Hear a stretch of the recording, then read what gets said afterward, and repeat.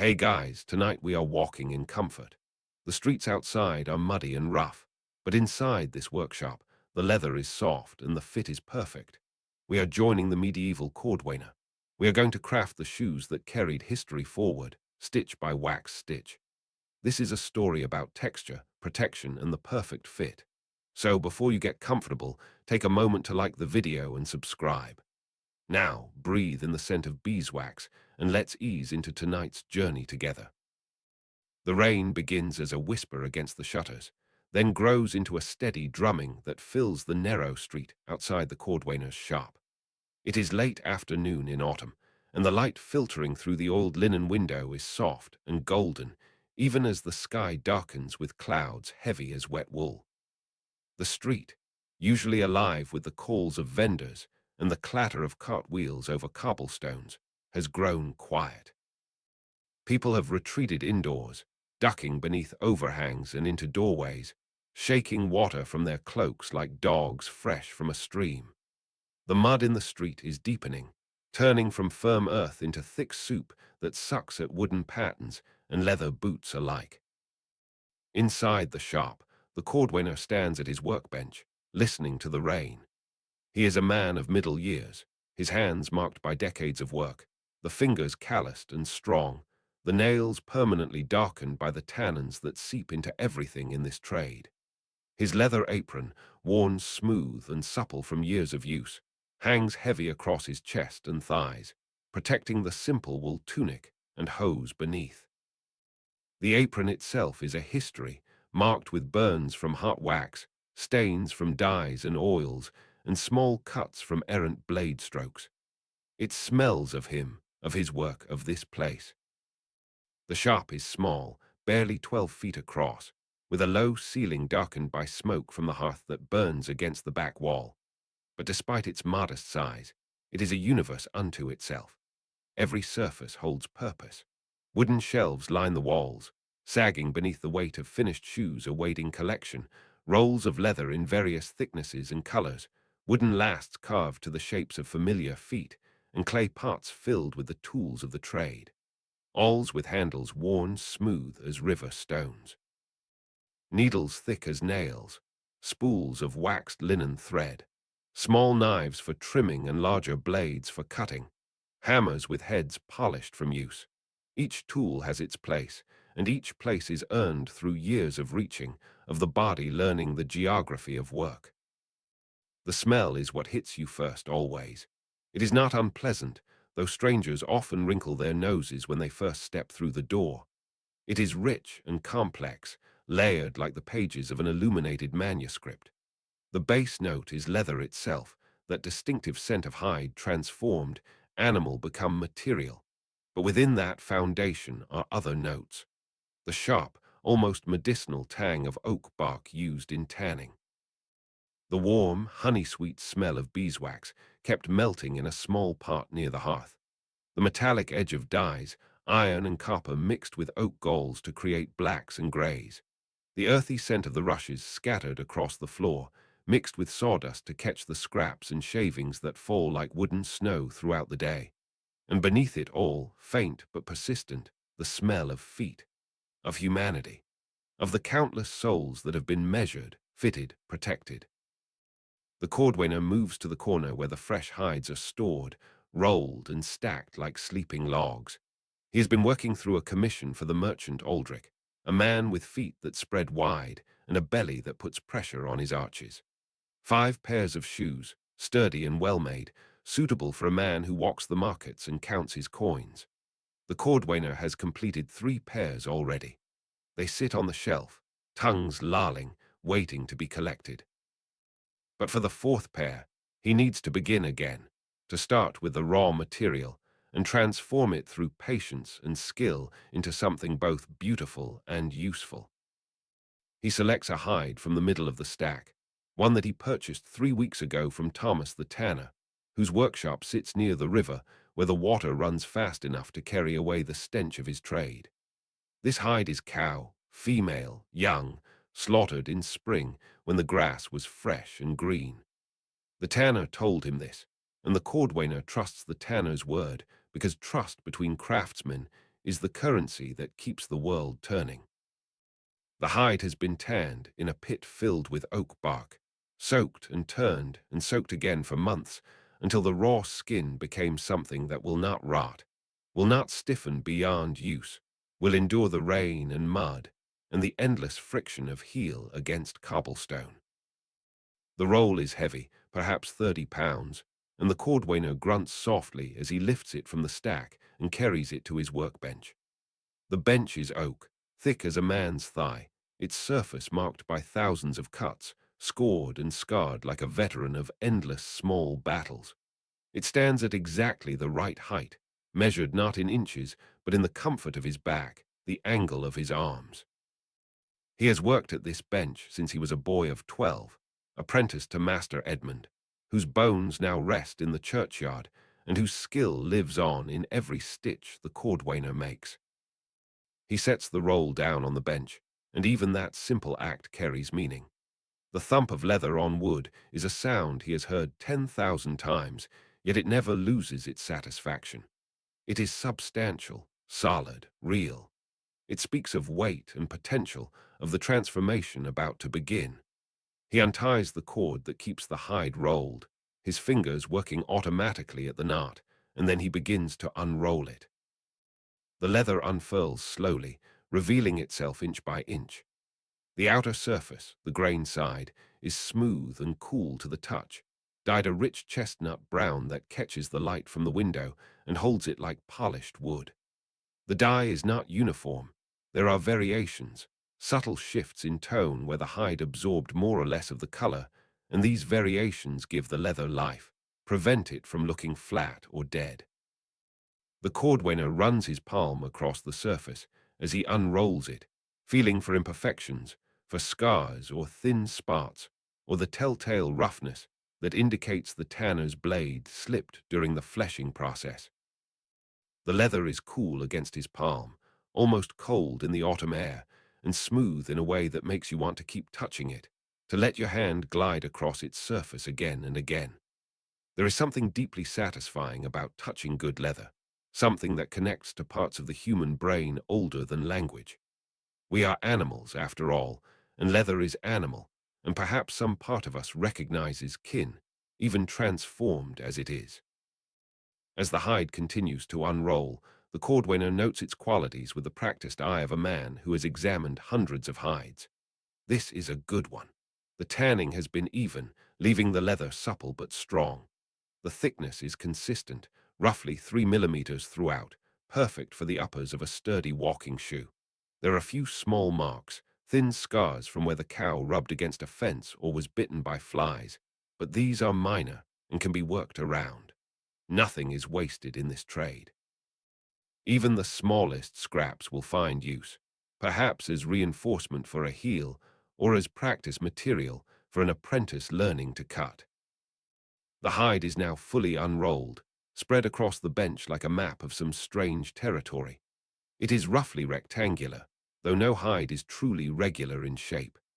There are the remains of the legs, narrower and tougher, and the broad expanse of the back and sides, and the belly, which is softer and more stretchy, less suitable for shoes but perfect for pouches or the soft linings of better footwear. The cordwainer stands back for a moment, hands on his hips, surveying his material the way a general might survey a battlefield before committing his troops. Outside, the rain continues its patient drumming. A gust of wind throws a handful of drops against the window, and the old linen shivers, translucent and fragile. But inside, in this small space, everything is steady, purposeful, warm. The fire crackles softly. The leather gleams. The tools wait. The cordwainer reaches for his pattern blocks, selecting the ones he needs for Aldrich's commission. These patterns are cut from thin wood, oak or ash, sanded smooth and oiled to prevent warping. They represent years of refinement, generations of cordwainers learning and adjusting and passing their knowledge forward. There is a pattern for the vamp, the piece that covers the top of the foot and toes. A pattern for the quarters, the pieces that wrap around the heel and ankle. A pattern for the tongue, though for this style of shoe, the tongue is minimal, more a comfort feature than a structural necessity. And patterns for the soles and heels, though these will be cut from thicker, harder leather, stored on a different shelf. He lays the patterns on the leather, arranging them like pieces of a puzzle. This is a crucial moment, one that separates the master from the journeyman. A skilled cordwainer can look at a hide and see the shoes within it, can arrange the patterns to minimize waste while ensuring each piece is cut from the best part of the leather. The back and sides are premium territory, strong and even. The belly is secondary. The legs and neck, tertiary. Nothing is wasted, but everything has its proper use. The cordwainer shifts the vamp pattern slightly, angling it to avoid a small scar. He moves the left quarter up 2 inches, finding a spot where the grain is particularly fine. He works silently, methodically, his mind performing calculations that would take another man hours with parchment and ink. How many shoes can he get from this hide? Where should he place the cuts to ensure the leather's strength follows the stress lines of the foot? Which pieces can be tucked into the irregular edges, making use of every scrap? The rain shifts, growing heavier, and the sound becomes a roar, like the sea heard from a distance. The cordwainer glances toward the window, but only briefly. The rain means no customers this afternoon, which means uninterrupted time at the bench, which is its own kind of blessing. He returns his attention to the patterns, makes a final adjustment, and then begins to mark. He uses a piece of soft chalk, white against the brown leather, tracing around the edges of each pattern with a steady hand. The chalk whispers against the grain, leaving a thin, precise line. Each mark is deliberate, confident, the product of hands that have made this gesture thousands of times. The patterns are heavy enough to stay in place, and the cordwainer works his way across the hide, marking piece after piece, building a map of cuts that will transform this single hide into multiple shoes. When the marking is complete, he steps back again, checking his work. The surface of the leather is now covered with white lines, a constellation of shapes that would look like chaos to an untrained eye, but to the cordwainer represent order, efficiency, beauty even. He counts silently. Enough for 2 pairs, with good leather left over for repairs or smaller projects. The merchant will have his shoes, and the cordwainer will have material for the future. This is the arithmetic of the craft, simple and honest. Now comes the cutting, and for this, the cordwainer reaches for his head knife. It sits in its special cradle on the bench, within easy reach but safe from accidental contact. The head knife is a tool unique to leatherworking, instantly recognizable to anyone who has spent time in a cordwainer's shop. The blade is shaped like a crescent moon, curved and sharp along its entire length, perhaps 6 inches from horn to horn. The steel is good English iron, folded and forged and honed to an edge that can split a hair. The handle is made from ash wood, worn smooth and dark from the oil of human hands, shaped to fit the palm perfectly. The cordwainer picks up the knife with his right hand, his fingers finding their familiar positions automatically. The thumb rests along the back of the blade. The fingers wrap the handle. The weight balances perfectly in his grip. This knife has been his companion for 15 years, purchased from a smith in York who understood that a cordwainer's blade must be sharp as a razor, but also durable enough to cut through thick hide hour after hour without losing its edge. He has sharpened it himself 1,000 times, knows its personality, its preferences, the way it wants to be held and guided. He positions himself at the bench, the hide spread before him, and begins to cut. The head knife works differently than a straight blade. You do not stab or saw with it. Instead, you rock it, letting the curve of the blade do the work, using your body's weight rather than just your arm's strength. The cordwainer places the blade against the chalk line marking the first vamp piece and begins to cut. The sound is distinctive, impossible to describe but instantly recognizable once heard. It is part scrape, part slice, a sort of scritch slice that speaks of steel parting fibers, of material surrendering to purpose. The blade rocks forward, and the leather parts, the cut edge appearing clean and straight, no ragged fibers, no tearing. The cordwainer's hand moves with practiced confidence, following the curve of the chalk line, adjusting pressure as needed. Where the leather is thickest, he rocks harder, uses more of the blade. Where it thins, he lightens his touch. First cut is the longest, following the graceful curve of the vamp from toe to throat. The cordwainer's breathing is steady, calm, almost meditative.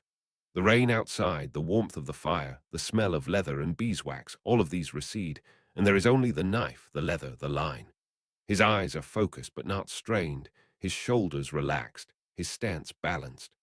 This is the state that craftsmen seek, the place where skill becomes instinct, where the body knows what to do without the mind's interference.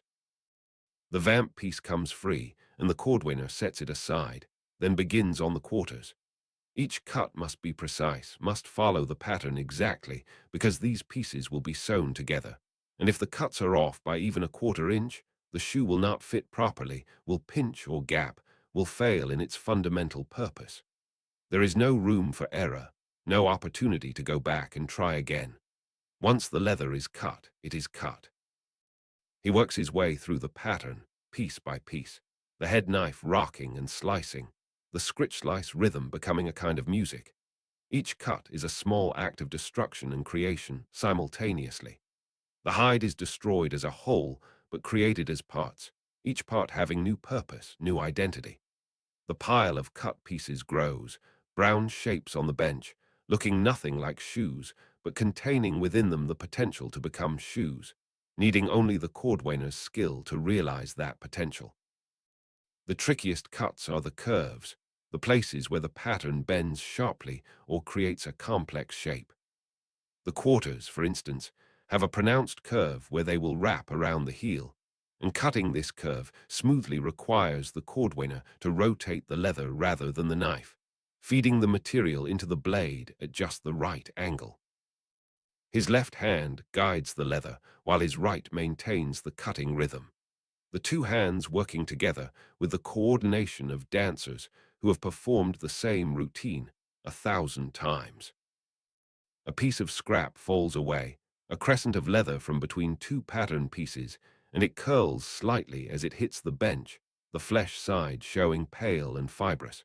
The cordwainer will collect these scraps later, store them in a basket for future use. Nothing is wasted. A piece too small for a shoe might be perfect for a strap or a decorative flourish. A thin strip might serve to tie off a bundle. Even the smallest fragments, too small for any practical use, will eventually be sold to someone who grinds leather into powder for use as a soil amendment or additive for plaster. The cutting continues, methodical and precise, until all the pieces for the two pairs of shoes have been separated from the hide. The cordwainer sets down his head knife and flexes his right hand, working the stiffness from his fingers. It is good work, honest work, but it is also demanding, requiring constant pressure and precision. His hand will ache tonight, as it does most nights, a low throb in the muscles and joints that comes from decades of repetition. He does not complain. This ache is part of the trade, the price paid for skill, the body's signature on the work. He examines the cut pieces, checking each one for any errors, any places where the blade might have wandered from the line or where the leather might have torn. Everything looks good. The edges are clean, the shapes true to the patterns. He nods to himself, satisfied, and begins to organize the pieces into sets, pairing each vamp with its corresponding quarters, keeping the right and left sides separate. Organization is crucial in this trade. A moment of confusion, a left mistaken for a right, and hours of work can be wasted. The next step requires water, and for this, the cordwainer has a wooden bucket that sits near the hearth, filled with clean water drawn from the well this morning. The water has warmed slightly from proximity to the fire, not hot, but no longer cold, roughly the temperature of a gentle spring. He lifts the bucket and carries it to the bench, setting it down with a hollow thunk. Water and leather have a complex relationship, one that every cordwainer must learn to navigate. Too much water and the leather becomes weak, prone to stretching beyond recovery. Too little and it remains stiff, impossible to shape, likely to crack when folded or sewn. The right amount of water makes leather pliable, almost alive, responsive to pressure and shaping, able to hold forms that would be impossible in its dry state. The cordwainer takes the first vamp piece and dips it into the bucket, submerging it completely. The water darkens immediately as the leather releases some of its dye, a thin cloud of brown spreading through the clear water like smoke. The leather itself changes color, the chestnut brown deepening to something almost mahogany, rich and dark. He counts silently 1, 2, 3, 4, 5, then lifts the piece out, holding it up to let the excess water drain back into the bucket. The transformation is immediate and remarkable. The leather, which was stiff and flat, is now soft and heavy, cool and slippery in his hands. He squeezes gently, and water runs from it like tears, pattering back into the bucket. The texture has changed entirely. Where it was smooth and firm, it is now supple and almost doughy, yielding to pressure, moldable. This is leather at its most workable, its most forgiving. In this state, it can be shaped, stretched, folded, sewn with relative ease. But the state is temporary. As the water evaporates, the leather will stiffen again, will hold whatever shape it has been given, will lock into place like clay in a kiln. He lays the wet vamp piece on a clean section of the bench and reaches for the next piece, the left quarter. Into the water it goes, the same counting, the same transformation. The water in the bucket grows darker with each piece, the dye leaching out, the tannins releasing. By the time all the upper pieces have been soaked, the water is the color of weak tea, brown and cloudy. The cordwainer does not mind. This water will be thrown into the street tonight, where it will join the rain and the mud, and eventually make its way to the river, carrying with it the evidence of his work. The soaked pieces lie on the bench like strange fish pulled from a stream, their surfaces gleaming wetly in the firelight. The cordwainer can already see the shoes they will become, can visualize the vamps curving over wooden lasts, the quarters wrapping snugly around the heel counter, the pieces coming together under his hands and needles to create something functional and beautiful. But that work is for later, for tomorrow perhaps, when the pieces have dried slightly to the perfect stage between too wet and too dry, when they can be shaped but not easily distorted. For now, he covers them with a damp cloth to keep them from drying too quickly, too unevenly. Leather must be respected, must be worked with rather than against. Force it, and it will crack or tear or distort in ways that cannot be undone. Partner with it, understand its needs and limitations, and it will reward you with durability and beauty and the satisfaction of perfect fit. The rain outside has settled into a steady, gentle patter, no longer the aggressive downpour but a softer sound, almost soothing. The fire has burned down to coals, glowing red-orange in the dimness, and the cordwainer adds a few sticks, watching as the flames lick up, hungry and bright. The light flickers across the shop, casting moving shadows on the walls, making the hanging shoes seem to sway slightly, as if dancing to music only they can hear. He moves to the window and peers out through the old linen. The street is empty, the mud deep enough now that even the most determined would think twice before venturing out. A cat, orange and lean, picks its way along the edge of a building, hugging the wall where the overhang provides some shelter. It pauses, looks toward the cordwainer's shop, then continues on its way, intent on business unknown. The cordwainer smiles slightly. Cats are common in this district, welcome for their hunting of the rats and mice that would otherwise feast on grain and cloth and leather. He has seen this particular cat before, has even tossed its scraps of food when the mood struck him. The light is fading now, though it is not yet evening proper. The clouds have thickened, turning the sky a uniform gray, and the rain has brought an early dusk, convincing the world that night is nearer than it truly is. The cordwainer lights a candle, a thick tallow cylinder that smokes slightly but gives good light, and sets it on a shelf where it can illuminate the bench. The smell of burning tallow joins the other scents in the shop, adding a note of animal fat to the leather and wax. He returns to the bench and uncovers the soaked leather pieces, checking their condition. The water has penetrated deeply, and the pieces are now uniformly dark, uniformly supple. He picks up one of the vamp pieces and folds it gently, feeling how it responds. Perfect. The leather bends without resistance, but does not stretch excessively. It has reached the ideal state, that narrow window where it can be worked most effectively.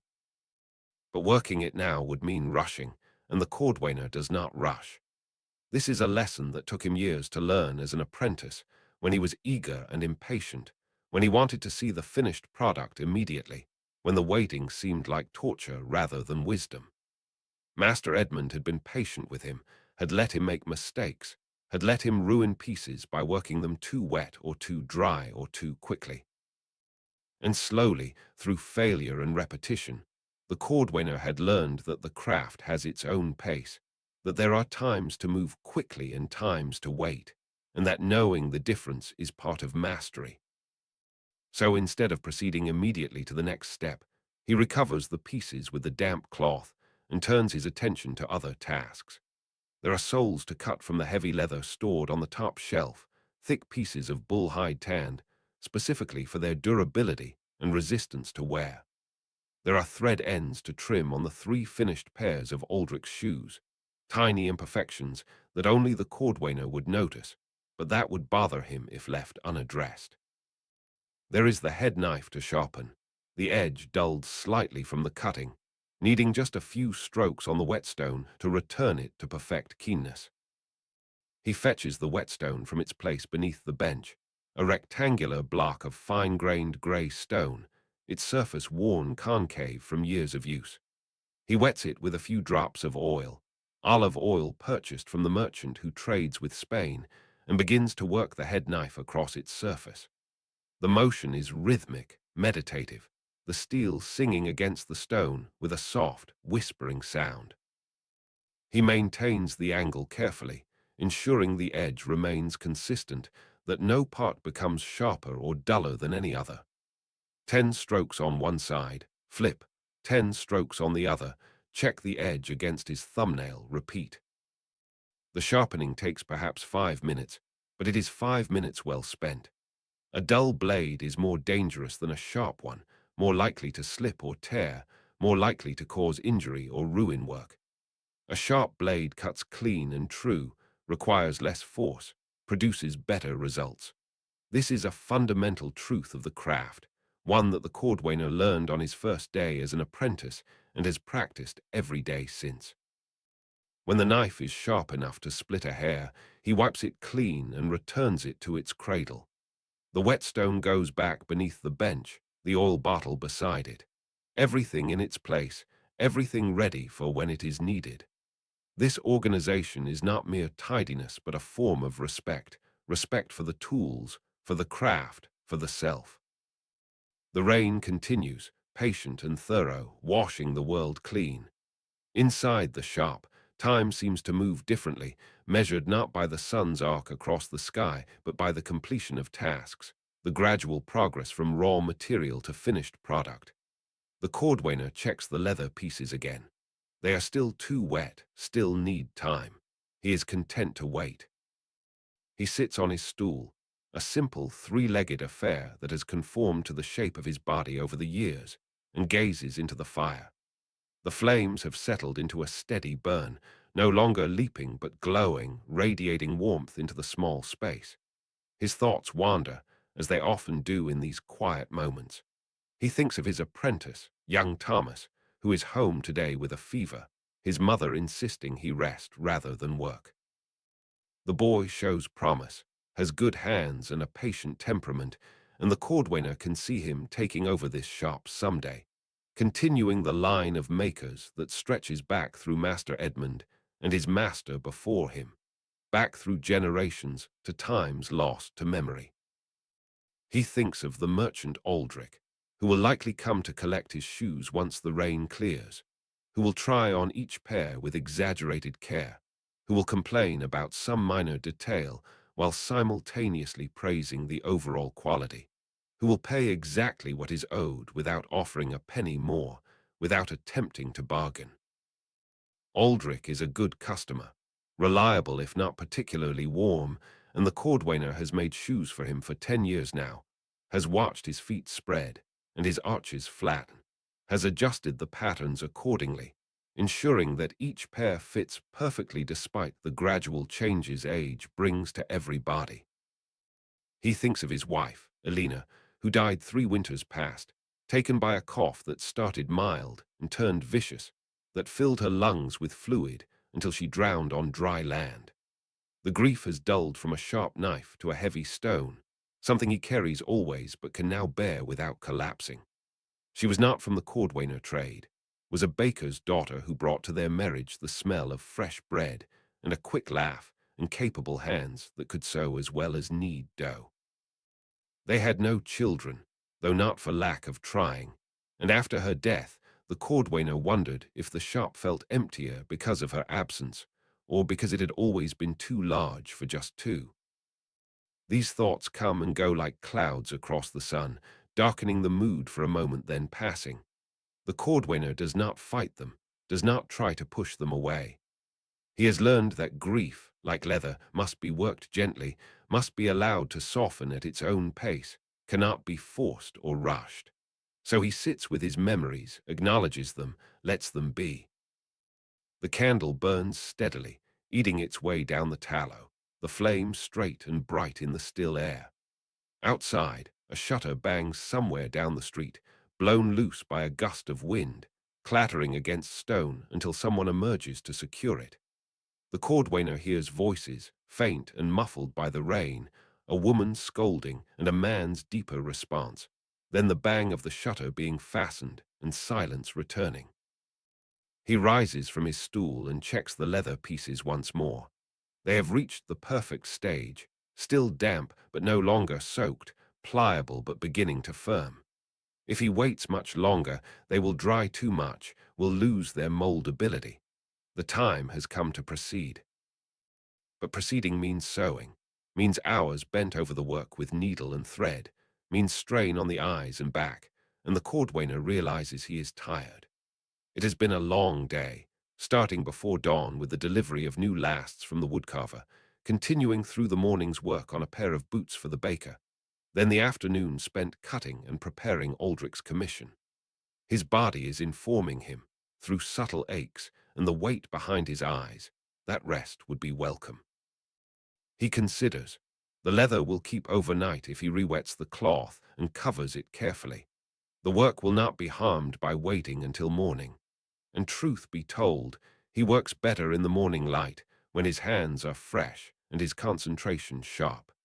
The decision makes itself, and the Cordwainer feels a small relief, a tension releasing that he had not quite realized he was carrying.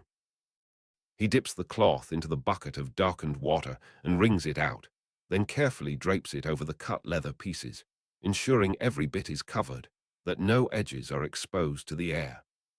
Leather can be forgiving, but it can also be unforgiving, and leaving an edge to dry too quickly can create a hard ridge that will never quite disappear, that will mark the finished shoe with evidence of carelessness.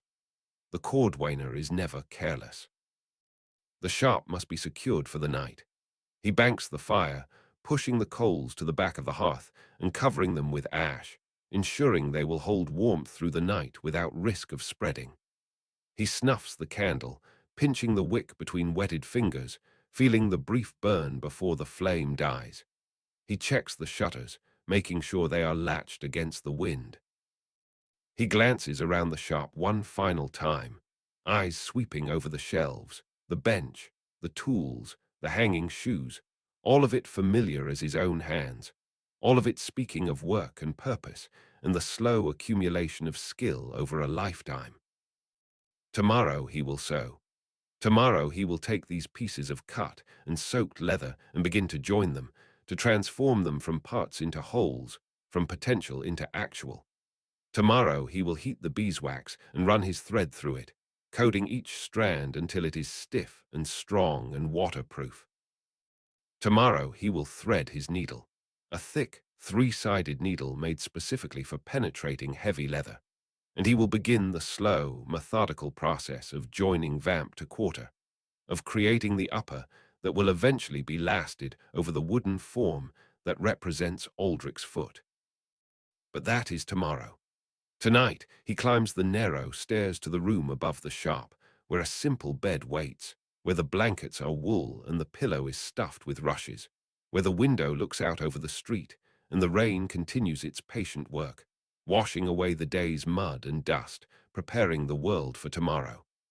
The cordwainer removes his apron, hangs it on its peg, and lies down. The sounds of the shop are faint from here, the settling of the fire, the creak of wood, the rustle of leather shifting as it dries. He closes his eyes and sees leather, supple and brown, waiting to become shoes. He sees the head knife, curved and sharp, rocking through the cuts. He sees his hands, scarred and calloused and capable, performing the thousand small actions that add up to craft. He sees customers walking in comfort, their feet protected from the mud and stones, their steps sure because the fit is perfect. He sees generations of cordwainers, stretching back and forward, each one passing their knowledge to the next, each one contributing their small part to the endless human need for protection, for comfort, for the ability to walk through the world with confidence. Sleep comes slowly, gently, like the rain that continues to fall outside, steady and thorough and patient. The cordwainer's breathing slows, deepens, matches the rhythm of the rain. His hands relax, fingers uncurling, releasing the day's work. His mind settles, thoughts slowing like a stream entering a quiet pool. And in the shop below, the leather waits, patient as stone, ready to be transformed, ready to become what only human hands and human skill can make it become. The rain drums on, the fire glows, the leather rests. And tomorrow, the work continues, as it has for centuries, as it will for centuries more, each pair of shoes a small triumph, each stitch a small act of faith in the value of work done well, done carefully, done with respect for material and skill, and the endless human need to walk safely through the world. This is the cordwainer's craft. This is the cordwainer's life. This is the story of leather and hands, and the patient, meditative work of transformation, stitch by wax stitch, cut by careful cut, day by patient day. Morning arrives not with fanfare, but with gradual lightening, the darkness thinning like watered ink, until the world takes shape again. The cordwainer wakes before the sun breaks the horizon, as he has for 30 years, his body attuned to the rhythms of work and seasons rather than bells or clocks. The room above the shop is cold, the night's chill having settled into corners and crevices, and his breath makes small clouds in the grey air as he sits up, pushing aside the wool blankets. The rain has stopped. He can tell by the quality of silence, the absence of that steady percussion that had lulled him to sleep. He moves to the window and peers out at the street below. The mud is thick and dark, marked with puddles that reflect the pewter sky. A few early risers are already about, a baker's boy carrying a tray of loaves balanced on his head, a woman with a yoke across her shoulders from which hang 2 wooden buckets, water sloshing with each step. The world is waking, shaking off the night, preparing for another day of labor and commerce, and the thousand small interactions that make a town a living thing. The cordwainer dresses quickly, pulling on the same wool hose and tunic he wore yesterday, both showing their age but still serviceable, both clean enough for another day's work.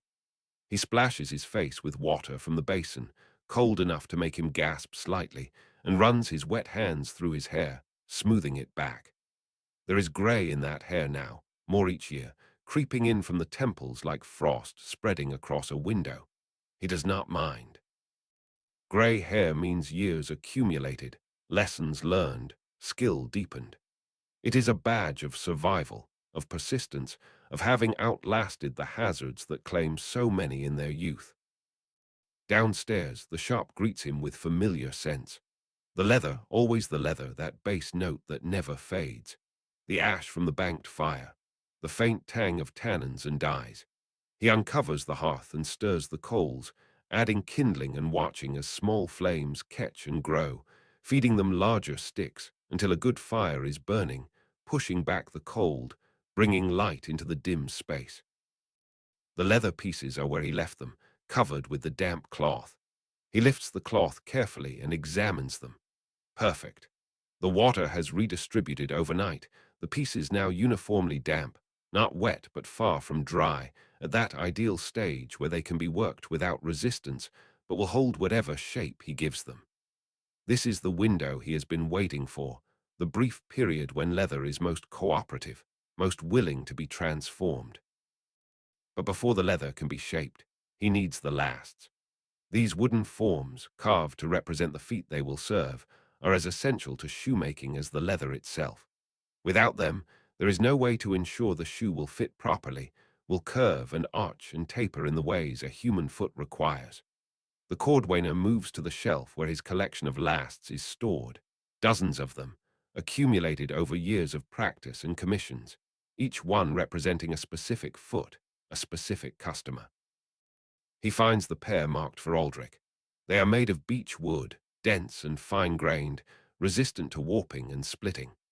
The woodcarver who made them, old Geoffrey, who works 3 streets over, had used the measurements the cordwainer provided, measurements taken carefully with a leather strap marked with notches, recording the length and width and arch height and heel breadth of Aldrich's substantial feet. The lasts are not exact replicas. They are slightly smaller to account for the thickness of the leather that will cover them, but they capture the essential shape, the proportions, the idiosyncrasies that make Aldrich's feet distinct from all other feet in the world. The cordwainer carries the lasts to his bench and sets them down, wooden heels on the oak surface, toes pointing up. They look strange, these footless feet, solid and inert, waiting to give their shape to something that will actually walk, that will carry weight and cover distance and wear down and eventually need replacing. He has always found something slightly unsettling about lasts, the way they mimic life without possessing it, the way they occupy the uncanny space between object and representation. He selects one of the vamp pieces, the right foot, and positions it over the corresponding last. The leather is cool and damp in his hands, heavy with retained water, supple as silk.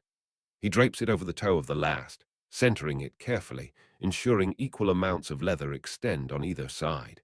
This initial positioning is crucial. If the vamp is even slightly off-center, every subsequent step will compound the error, and the finished shoe will be lopsided, uncomfortable, a failure.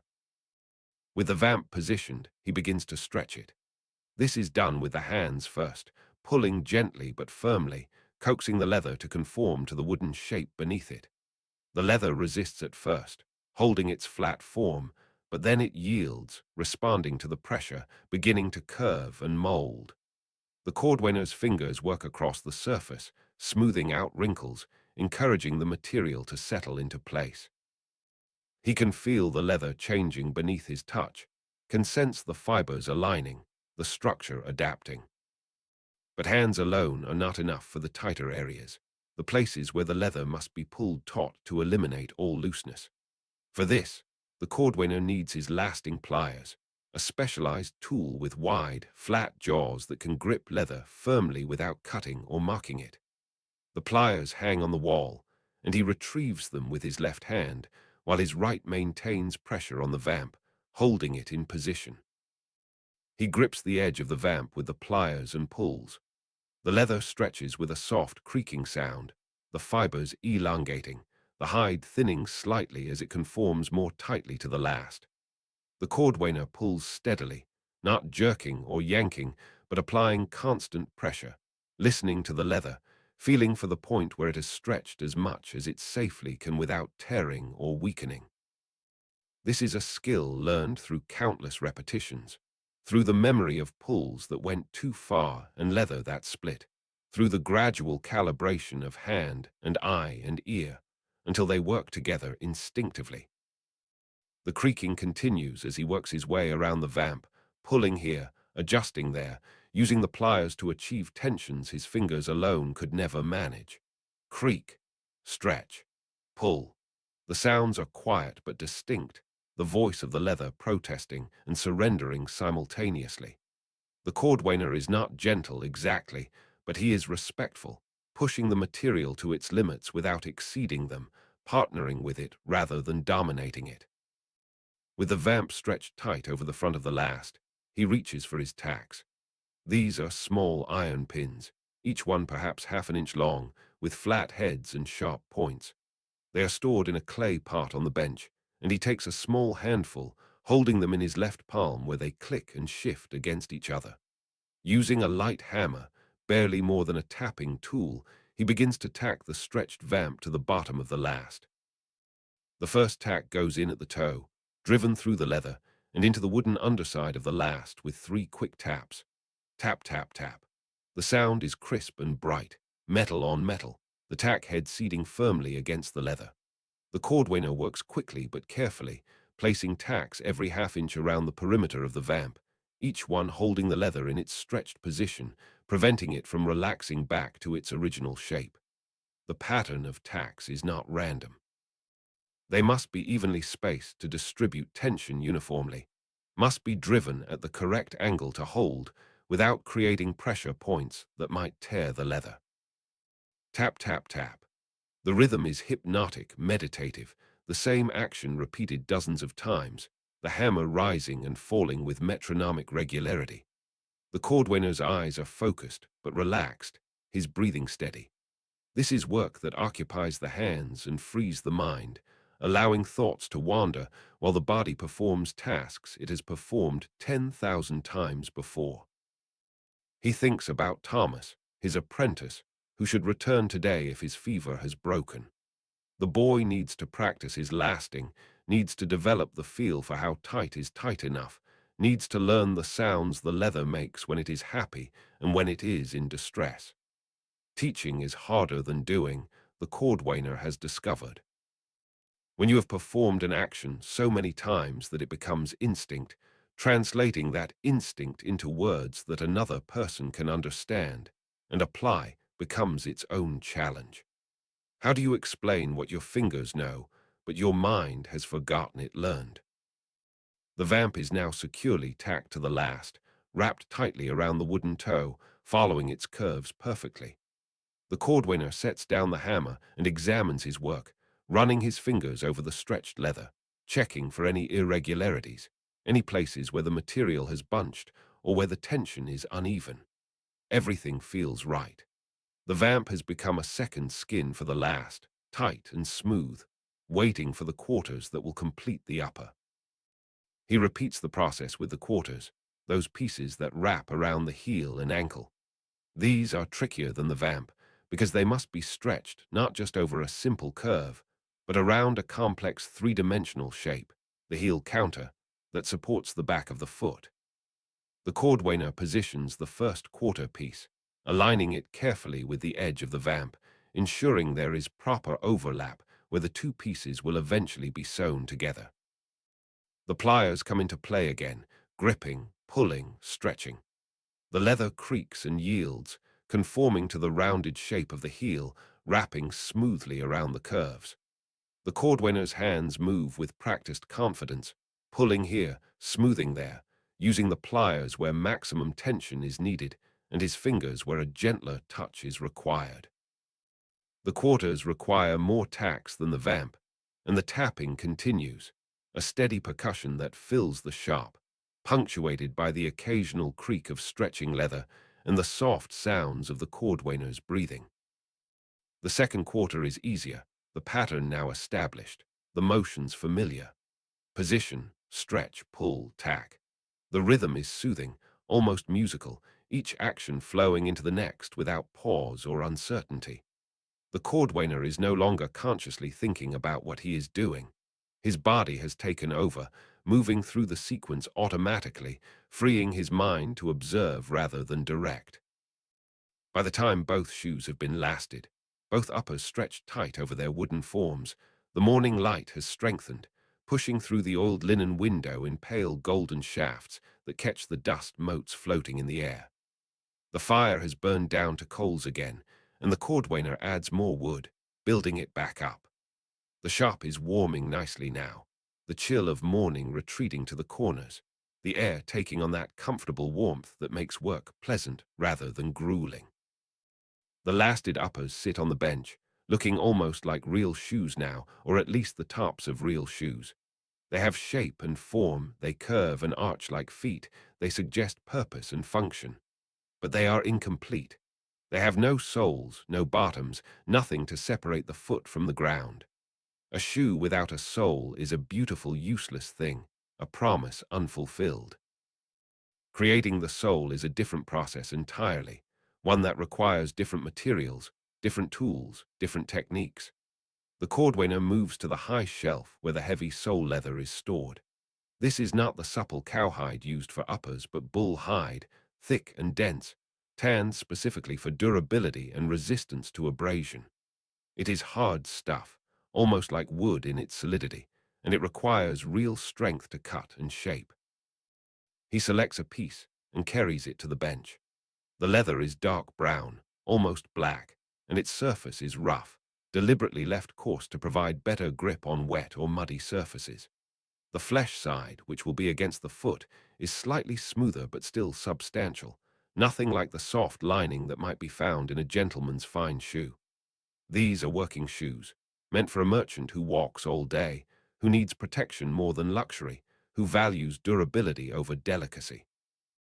The cordwainer has patterns for soles as well, though these are simpler than the patterns for uppers, just elongated ovals that follow the general shape of a foot. He lays the patterns on the sole leather and traces around them with chalk, then reaches for his head knife. Cutting sole leather is harder work than cutting upper leather, requiring more pressure, more passes of the blade. The cordwainer positions himself, braces his core, and begins to cut. The head knife rocks through the thick leather with that same scritch-slice sound, but deeper now, more labored. The cordwainer has to bear down, using his body weight, and even then the cut is slow, the blade having to work through the compressed fibers. This is leather that has been tanned for months, pounded and compressed, designed to withstand the constant impact of heel strike after heel strike, the friction of stones and mud and wooden boards and all the other surfaces a person might walk across in the course of a day.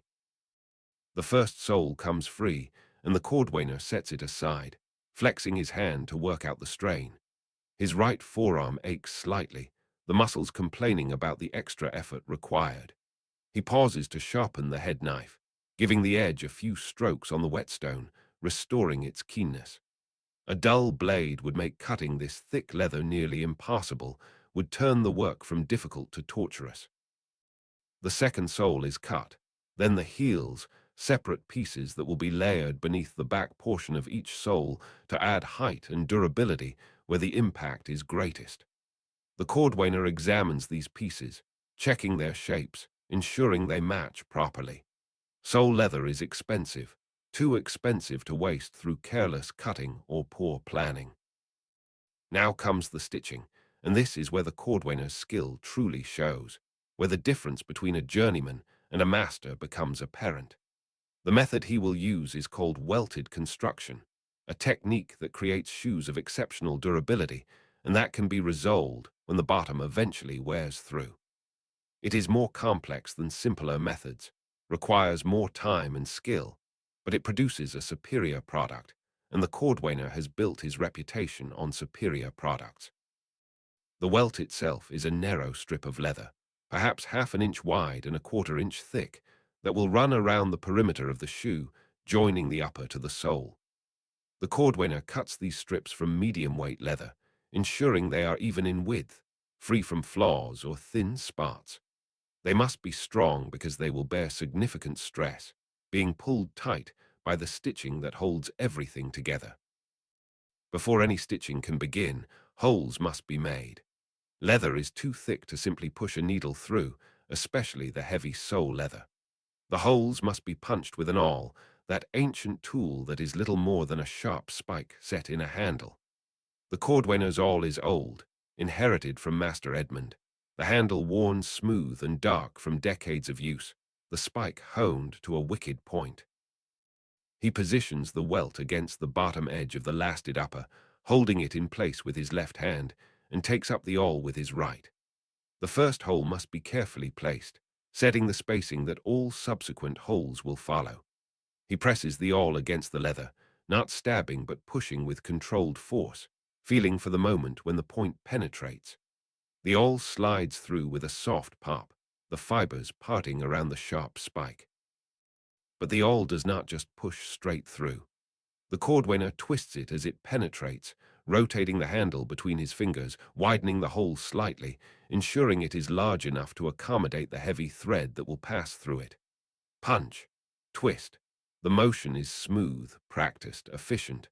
The awl withdraws, leaving a small round hole, clean and precise.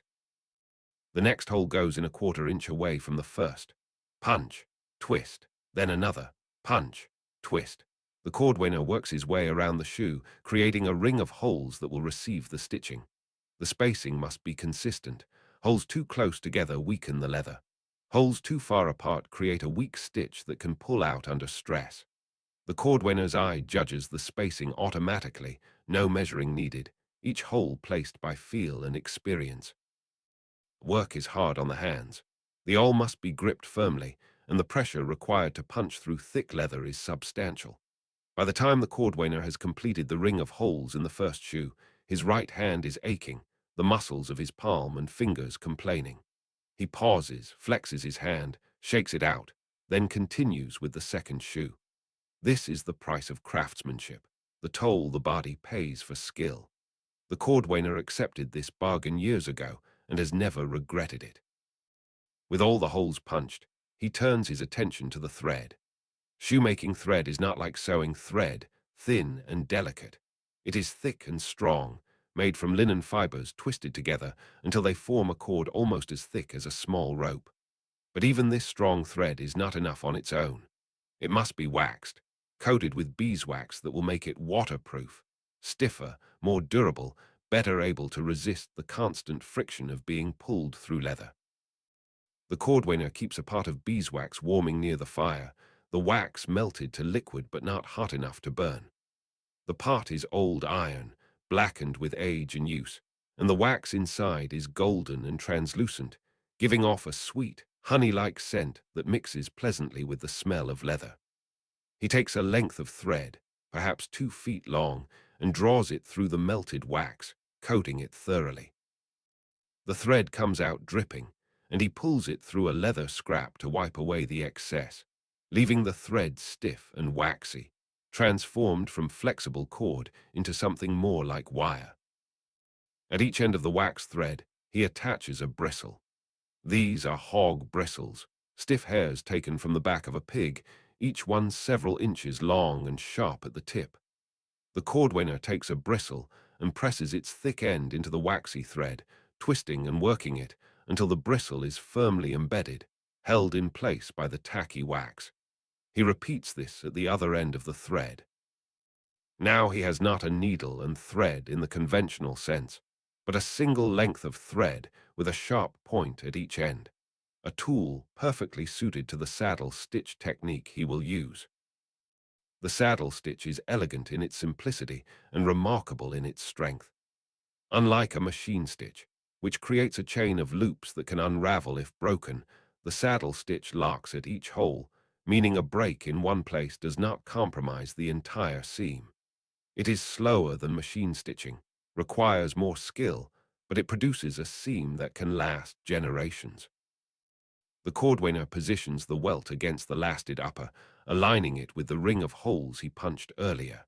He takes up his thread, bristle ends in each hand, and begins to stitch. The first bristle goes through the first hole, pushed from the outside in, sliding through the leather with minimal resistance because the awl has prepared the way. The cordwainer pulls the thread through until half its length is on each side of the leather. Now comes the characteristic motion of the saddle stitch. With his left hand, he pushes the left bristle through the next hole, from the outside in. With his right hand, he pushes the right bristle through the same hole, from the inside out. The two bristles pass each other in the middle of the hole, the thread forming an X inside the leather. The cordwainer pulls both ends tight, feeling the thread seat itself firmly in the hole, feeling the welt pull snug against the upper. Pull, tighten. The thread whispers through the leather, the wax making it smooth and slippery. The cordwainer pulls with both hands, keeping the tension even, ensuring neither side of the thread is looser than the other. When the stitch is tight, he moves to the next hole and the process repeats. Left bristle in, right bristle in, pull, tighten. The rhythm establishes itself quickly, almost meditative in its regularity. The stitching is slow, careful work, but there is a satisfaction in it that cutting or lasting cannot match. Each stitch is a small commitment, a joining, a binding together of separate pieces into a unified whole. The cordwainer can see the shoe taking shape beneath his hands, can feel it becoming real, moving from concept to object, from potential to actual. The sound of the stitching fills the shop, a soft rhythmic whisper as thread slides through holes, punctuated by the slight creak of leather under tension. Pull, tighten, pull, tighten. The cordwainer's breathing falls into sync with the stitching, each pull accompanied by an exhale, each preparation for the next stitch by an inhale. His body and his work have merged into a single rhythm, a single purpose. The morning passes in this manner, marked not by the sun's movement across the sky, but by the gradual progression of stitching around the shoe. The cordwainer completes the first round, joining the welt to the upper all the way around. Now he must attach the sole to the welt, another ring of stitching, another series of holes punched through the thick sole leather. This is harder work. The awl must penetrate further, through the welt and into the dense sole, and the cordwainer has to use real force, sometimes rocking his weight forward, using his body rather than just his arm. Punch, punch, twist. The holes come slowly, each one a small battle one. By midday, when the sun is high and the light through the window is at its brightest, the cordwainer's right hand is seriously aching, the palm tender, the fingers stiff. He pauses for a meal, simple fare pulled from a basket Elena once wove. Bread and cheese, an apple slightly wrinkled from winter storage, a cup of small beer. He eats standing at the window, looking out at the street where life continues its busy flow. A group of children splash through a puddle, shrieking with laughter. A cart loaded with wool bales rumbles past, the driver hunched on his seat, whip in hand. A dog noses through the mud, searching for scraps. The food restores him, gives his hands a chance to rest, allows the ache to fade to a manageable level. When he returns to the bench, he feels renewed, ready for the afternoon's work.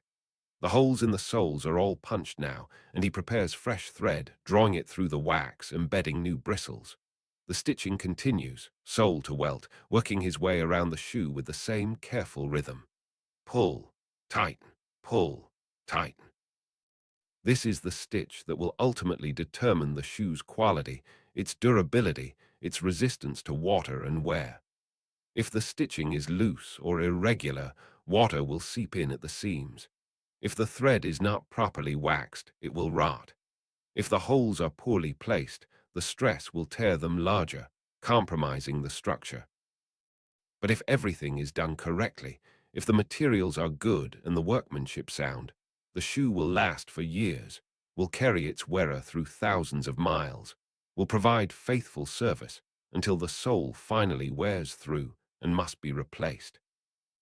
The afternoon light shifts, growing warmer and more golden as the sun descends toward the horizon.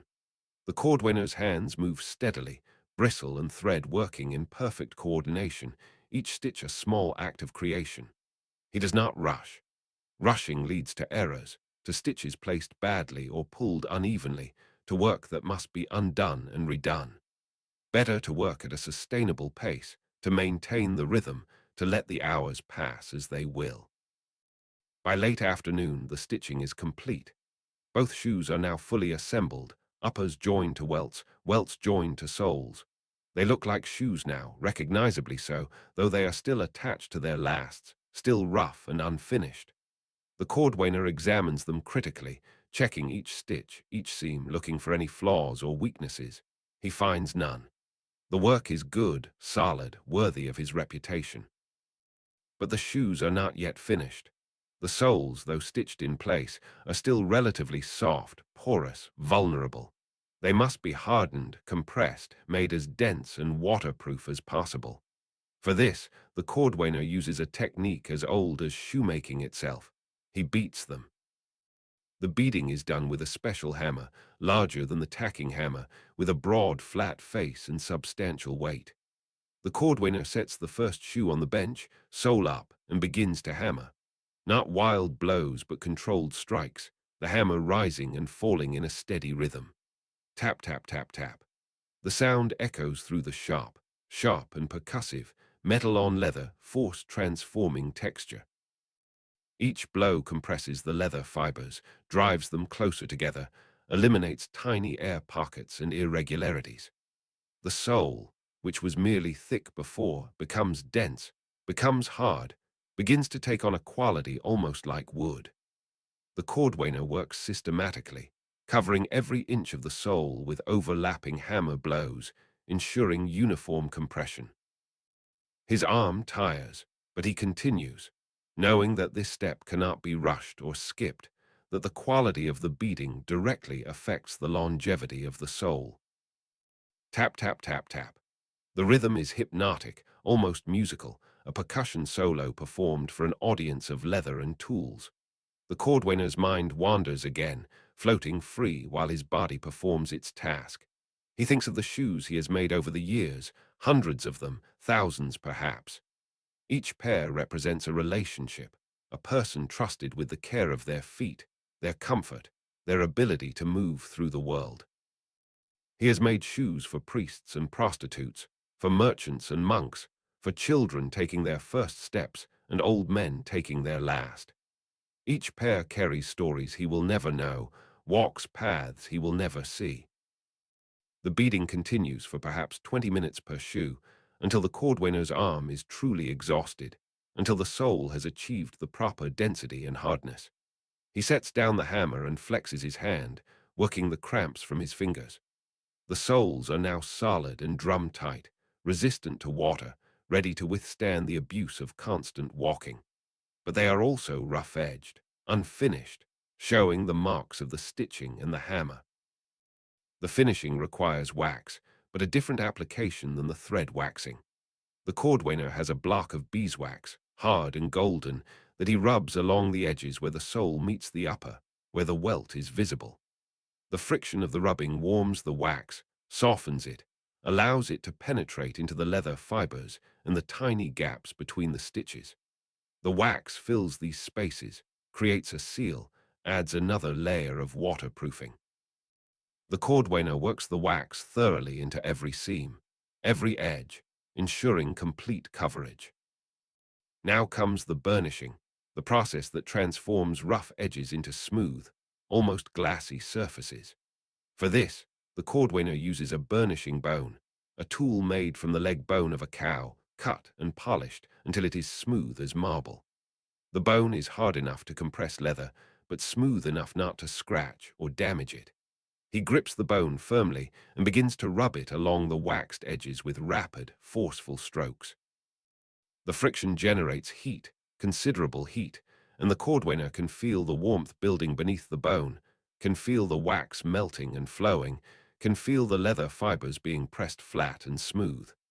He rubs back and forth, the bone moving so quickly it becomes a blur.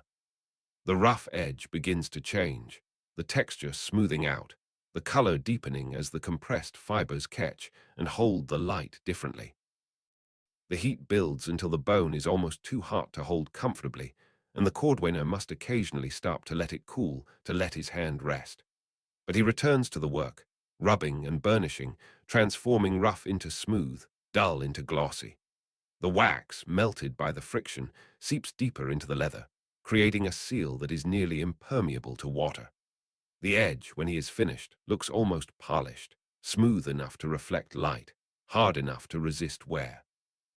He repeats the process on every edge, every seam, working his way around both shoes with patient thoroughness. The burnishing is tedious work, repetitive and demanding, but the cordwainer knows its value. A well-burnished shoe will shed water, will resist splitting at the seams, will maintain its appearance and integrity far longer than an unburnished shoe. These small steps, these finishing touches that take extra time and effort, are what separate adequate work from excellent work. By the time the burnishing is complete, the daylight is fading. The cordwainer lights candles, placing them strategically around the shop to illuminate his work area. The flickering light catches the newly burnished edges, making them gleam, highlighting the transformation his labor has wrought. The shoes, still on their lasts, look professional now, finished, ready to be worn. But first, the lasts must be removed, and this is a delicate operation. The leather has been stretched tight over the wooden forms and has dried in that position, taking the shape of the lasts. Removing the lasts without damaging the carefully crafted shoes requires care and patience. The cordwainer begins by removing the tacks that hold the uppers to the bottom of the lasts, using a small iron tool to pry them out one by one. Each tack releases with a small squeak, the iron pulling free from the wood. With the tacks removed, the upper is no longer mechanically attached to the last, but it is still held in place by friction and the memory of the leather. The cordwainer grips the heel of the last and begins to work it back and forth, gently twisting and pulling, coaxing it free from the shoe. The leather resists at first, clinging to the wood, but gradually it releases, and the last slides out with a soft, sucking sound. The shoe, now empty, holds its shape perfectly. This is the miracle of lasting, the reason the process works. The leather, having been stretched and dried over a form, retains that form even when the form is removed. The shoe is now a hollow cavity in the exact shape of Aldrich's foot, waiting to be filled to serve its purpose. The cordwainer sets it on the bench and repeats the process with the second shoe, removing its last with the same careful patience. The two shoes stand on the bench, empty but complete, perfect in their symmetry. They are the same yet different mirror images, left and right, partners in the service they will provide. The cordwainer examines them with a critical eye, looking for any flaws, any imperfections that might have escaped his notice during construction. He finds none. These are good shoes, well made, worthy of the price Aldrich will pay. He applies a final treatment, rubbing the uppers with a soft cloth dampened with neatsfoot oil, a light conditioning that will keep the leather supple and give it a subtle sheen. The oil darkens the brown leather slightly, enriches its color, brings out the natural variations in the hide. The cordwainer works the oil in with circular motions, feeling the leather drink it in, watching it transform from dry to lustrous. The shoes are finished. They are ready to walk out into the world, to carry Aldrich through his days of business and commerce, to protect his feet from the mud and stones and all the hazards of medieval streets. They are the product of days of work, of skills honed over decades, of materials carefully selected and transformed. They are, in their humble way, a small triumph. The cordwainer stands back and allows himself a moment of satisfaction. It is not pride, exactly, nothing so bold or presumptuous. It is more a quiet contentment, a sense of work done well, of purpose fulfilled. These shoes will serve. They will last. They will do what shoes are meant to do. What more can any craftsman ask of his work? The day is ending. Through the window, the cordwainer can see the street growing dim, the last light bleeding from the sky. The shops along the street are closing, shutters being latched, candles being snuffed. The working day is done, and the town is settling into the rhythms of evening, families gathering for meals, fires being built up against the night's cold, the endless small rituals that mark the boundary between labor and rest. The cordwainer begins to clean his shop, sweeping the leather scraps into a pile with a worn broom. The pile is substantial, the accumulated waste of 2 days' work, curls and strips and fragments of all sizes. He will sort through it later, separating the usable pieces from the truly worthless. But for now, he simply sweeps it into a corner, clearing the floor. The sawdust and rushes are mixed with tiny leather scraps, and he sweeps it all together, the broom making soft, swishing sounds against the floor.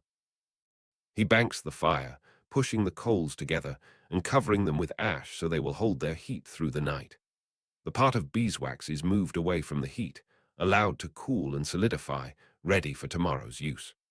The tools are cleaned and returned to their places, the head knife wiped and oiled, the awl checked and set in its holder, the hammers resting on their hooks. Everything must be in its place, everything ready for the next day's work. The finished shoes are placed on the shelf with the other 3 pairs, the 5 pairs together representing Aldrich's complete commission. Tomorrow, or perhaps the day after, the merchant will come to collect them, will try them on, will walk around the shop testing their fit and comfort. He will complain about something. This is his nature, but he will pay, and the shoes will leave, and the cycle will begin again with new commissions, new feet to measure, new leather to cut and stitch. The cordwainer blows out the candles one by one, each flame dying with a small trail of smoke that rises into the darkness. The shop falls into shadow, lit only by the faint glow of the banked fire. The smell of the shop seems stronger in the darkness, or perhaps it is just that without sight, the other senses sharpen. Leather and wax and wood smoke and oil, the scent of honest labor, of craft practiced, and materials transformed. He climbs the stairs to his room, his body feeling the day's work, the ache in his hands, the stiffness in his back, the pleasant fatigue that comes from hours of focused effort. The room is cold, but he does not mind. He wraps himself in the wool blankets and lies down, feeling the day's tensions begin to release, feeling his breathing slow and deepen.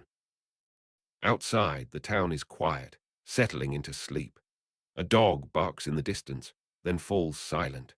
Somewhere a baby cries, the sound thin and plaintive, then is soothed and quiets.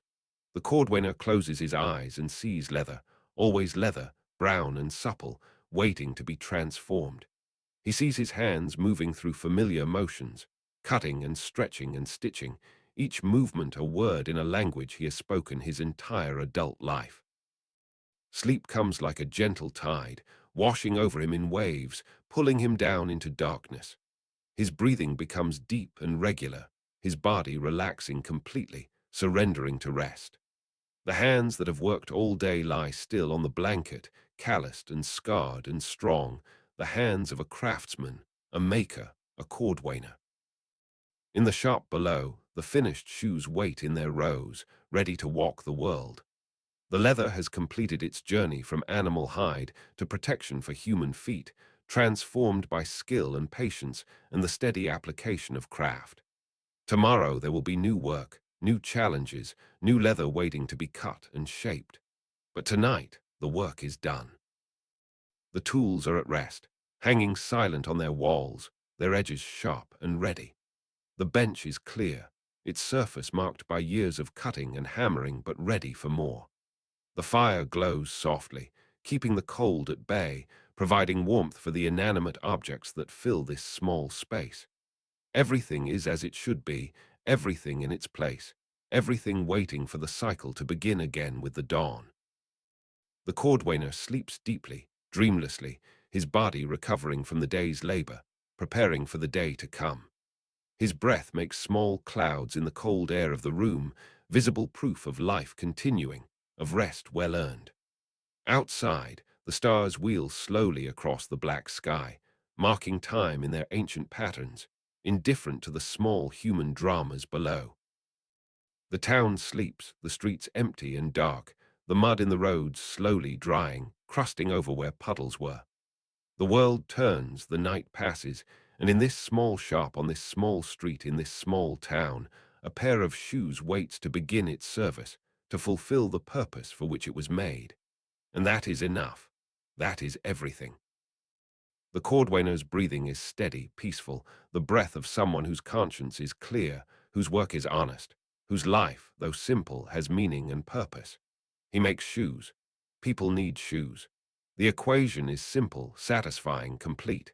In a world full of uncertainty and danger and the thousand threats that plague medieval life, there is comfort in this simplicity, this directness of purpose. The leather scraps in the corner settle, compressing under their own weight. A mouse, emboldened by the darkness and stillness, ventures from its hole in the wall, scurries across the floor, investigates the pile of scraps with its whiskers and tiny paws, finds nothing edible, and disappears again. The shop is silent except for the tiny crackling of the dying fire, the occasional pop of a coal settling. Time passes in that peculiar way it has in the deep night, seeming both to crawl and to fly, the minutes stretching out while the hours somehow slip away. The cordwainer does not stir. He is deep in sleep's embrace, his mind at rest, his dreams, if he dreams at all, formless and forgotten upon waking. Upstairs, in the room above the shop, the blankets rise and fall with his breathing, the rhythm never varying, as steady as the tides, as reliable as the sun's daily journey. This is a man who sleeps the sleep of the righteous, or at least of the thoroughly exhausted, his body demanding and receiving the rest it needs to continue the work tomorrow. The shoes on the shelf seem to glow faintly in the dim light from the banked fire, their burnished edges catching and reflecting the red gleam. They are objects, inanimate, yet they seem almost alive in the flickering shadows, ready to leap down and walk themselves to wherever they need to go. But they wait, patient as the leather they are made from, patient as the cordwainer who made them, patient as the craft itself, which has waited centuries and will wait centuries more, adapting and evolving but never fundamentally changing. A shoe is a shoe. A foot needs protection. A cordwainer provides it. These truths are simple and eternal, as true in the medieval world as they were in the ancient world, as they will be in worlds yet to come. Technologies may change, materials may improve, methods may evolve, but the fundamental relationship remains the same. Human feet, hard ground, the need for something in between. The night deepens, reaching its darkest point, that hour before dawn when the world seems to hold its breath, when even the most persistent sounds fall silent. The town is utterly still, everyone asleep or at least in bed, the streets empty, the houses dark. Only the watchman makes his rounds, his footsteps echoing hollowly, his lantern a small moving point of light in the vast darkness. In the cordwainer's shop, nothing moves. The tools hang silent. The leather rests. The fire glows, smaller now, fading toward ash. The shoes wait. And upstairs, the cordwainer sleeps, his sleep deep and restorative, his dreams, if they come, carrying him through landscapes made of leather, forests of wooden lasts, rivers flowing with beeswax and neatsfoot oil, strange territories that make perfect sense in the logic of sleep. His hands twitch occasionally, the fingers moving as if stitching in his dreams, performing the motions they have performed so many thousands of times that they continue even in sleep. But these are small movements, barely visible, and they do not wake him. He sleeps on, breath after breath, heartbeat after heartbeat, time passing in its inexorable way. The first hint of dawn comes not as light, but as a change in the quality of darkness, a thinning, a subtle shift from black to deep gray. The stars begin to fade, surrendering to the approaching day. Birds stir, their first calls tentative and questioning, asking if it is truly time to wake, if the night is really ending. But the cordwainer does not wake yet. He has hours still before the sun will rise enough to require his attention, hours still to rest and recover. The shop below remains dark and still, the shoes waiting in their rows, the tools hanging ready. Everything is poised, balanced, ready for the day to begin, but content to wait a while longer. And in this moment, in this quiet space between night and day, between sleep and waking, between work done and work to come, there is peace, deep and complete and satisfying peace. The kind of peace that comes from honest labor and clean conscience, from skills practiced and purposes fulfilled, from the simple knowledge that the work you do matters, that it serves, that it contributes to the vast web of human activity that keeps the world turning. The cordwainer sleeps, the shoes wait, the fire glows softly, and the night holds all of it in its dark embrace, protective and gentle, allowing rest, allowing recovery, allowing the cycle to complete before it begins again. This is the rhythm of life, of work, of craft. This is the way it has always been. This is the way it will always be. As the boots sit in rows, ready to walk the world, the workshop is silent and the tools are at rest. The work is done and you are safe. Sleep well.